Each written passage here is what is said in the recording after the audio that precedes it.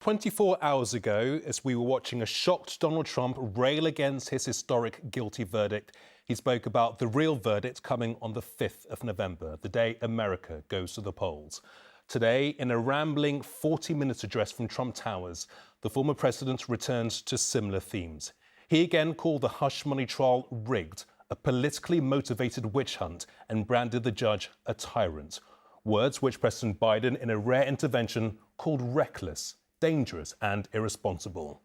The one clear message from Trump tirade was confirmation that, as he put it, we're going to appeal this scam.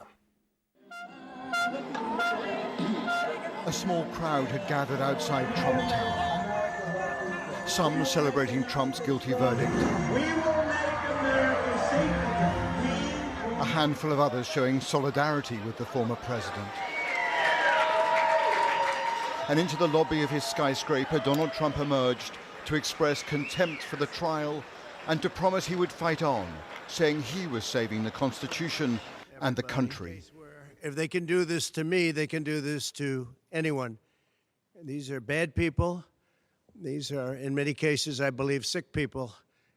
When you look at our country, what's happening where millions and millions of people are flowing in from all parts of the world, not just South America, from Africa, from Asia, from the Middle East, and they're coming in from jails and prisons, and they're coming in from mental institutions and insane asylums. They're coming in from all over the world into our country. And we have a president and a group of fascists that don't want to do anything about it.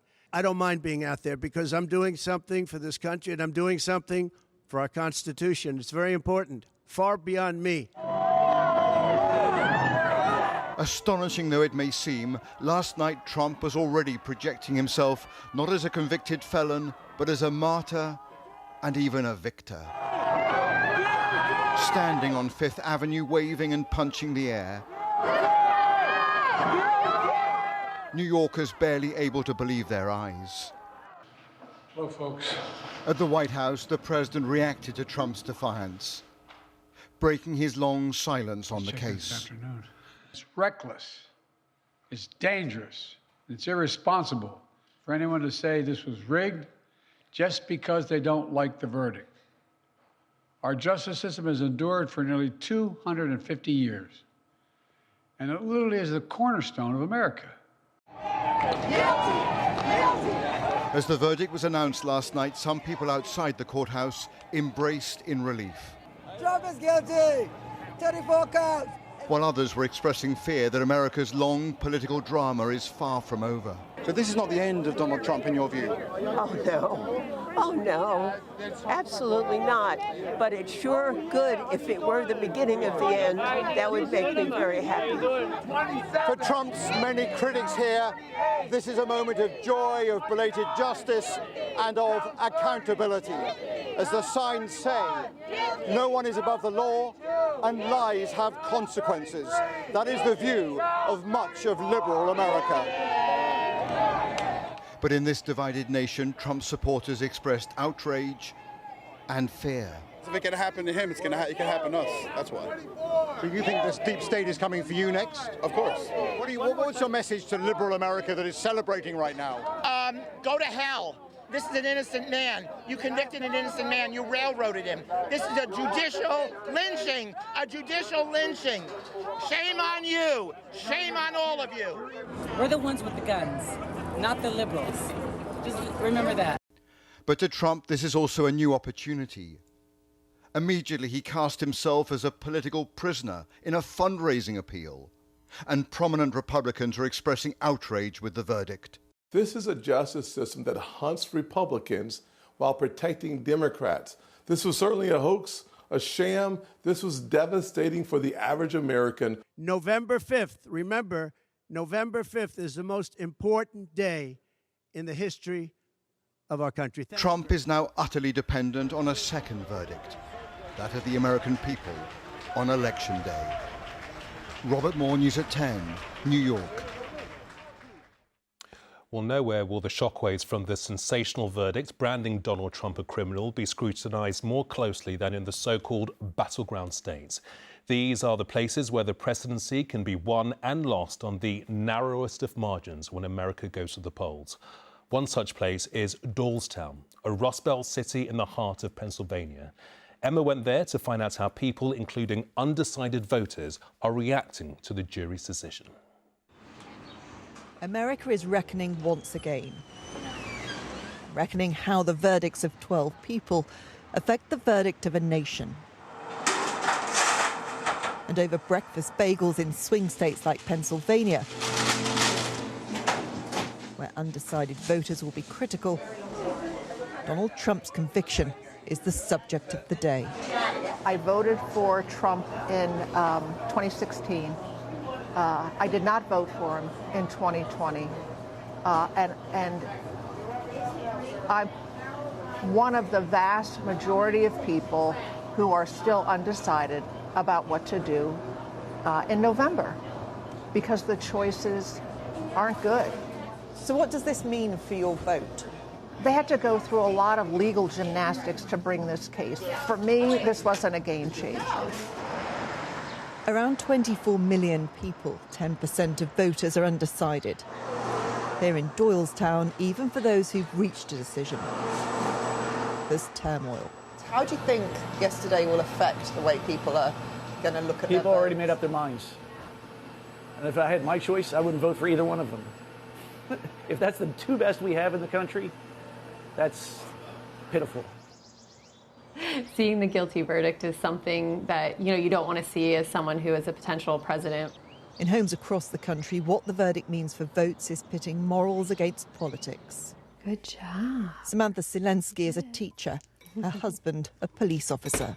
Samantha, how do you feel about the situation now in terms of who you might vote for? Yeah, I'm still considering voting for both candidates. I think maybe after this is all settled down, let's see what happens and what kind of comes out of it. I'm a very morally, moral mindset person, and seeing that does put a big damper on the fact, do you want to vote for someone who claims that they want law and order in the country, but has just been accused of 34, found guilty of 34 counts.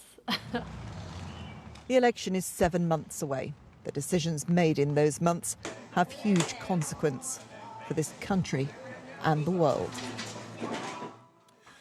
Well, we'll go back to Robert in New York in a moment, but first to Emma. And Emma, it is very striking, isn't it, hearing this degree of frustration about the choice which voters have to decide on?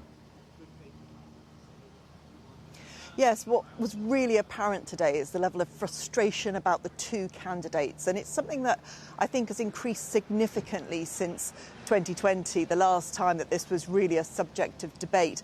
There's a term for it now. It's called double haters. And the basic premise of that is that they don't want to choose Joe Biden and they don't want to choose Donald Trump, but they haven't really got any other viable option. And it's a warning to both that the number of double haters has gone up from 3% to 19% just in the last few years. People are worried about immigration, they're worried about the economy, about inflation, about crime, about reproductive rights. And they don't feel that either candidate really offers them what they want to hear. Either they don't feel that they can vote for them morally, or they don't feel that they can vote for them because they're a strong enough candidate. So it is a real worry. But I would say that particularly in the White House tonight, there is also another concern, that what do they need to do, or what does he need to do for Donald Trump to become unelectable?